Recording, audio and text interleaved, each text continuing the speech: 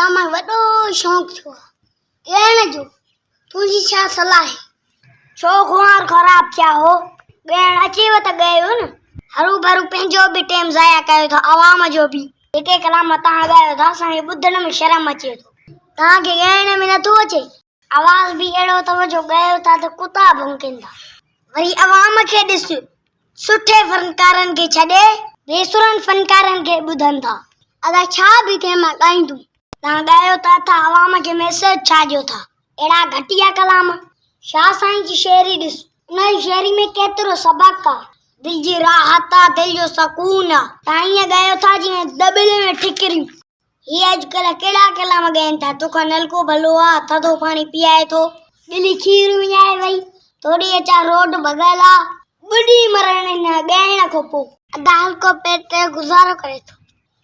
मां बि इन जे लाइ ॻायां थो। सुर हुजे या न हुजे ॻाईंदव। मुंहिंजी हुकूमत हुजे न तव्हां जहिड़नि बेसुरनि फनकारनि खे जेल में हणे हा। तव्हांखे त लिखियल पढ़ियल पसंदि न कंदा। तव्हां जहिड़नि खे धनार ॿुधंदा आहिनि। इंटरनेट हाणे अहिड़ो मुहकारो करे छॾियो आहे, सुठा फनकार घर वेठा आहिनि, बेसुरा हलनि था।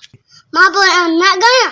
गॾो गाॾो वठी जाए हलाए। अदा हिकिड़ो गॾह गाॾी ते कलाम ठाहियां। तव्हां बेसुरनि फनकारनि खे कुटिजे वठी। ये बेसुरा फनकार वरी चवनि छा था? फनकारनि ते त तंज़ थींदी आहे। तव्हांखे फनकार कयो कंहिं आहे? अॼुकल्ह कहिड़ो दौर अची वियो आहे। इज़त वारनि जी इज़त न आहे, बेसुरनि जी इज़त आहे। छा बि थिए मैं ॻाईंदुमि। कंपनी वारा त पैसा वठंदई, काथो आनी ॾे। हिकिड़ी ॿकरी खपाईंदुमि, रन बि वेंदई, रिली बि वेंदई, हथ कुझु न ईंदी। तव्हांखे ॻाइण में शर्म न ईंदो आहे? असांखे ॿुधण में त ॾाढो ईंदो आहे। जेसिताईं मशहूर न थींदुमि, जेसिताईं ॻाईंदुमि। वञ ॻाए वञी निकिरो थो। मां ॻाइण वञ निकिर। इन बेसुरनि फनकारनि असांखे ख़्वार कयो आहे। हाणे घरों ॿकरियूं विकिणी फनकार थींदो। इहो ॻाए जा घर खां ॿाहिरि निकिरी वञे। अॼु मां हिनखे छॾींदुमि न।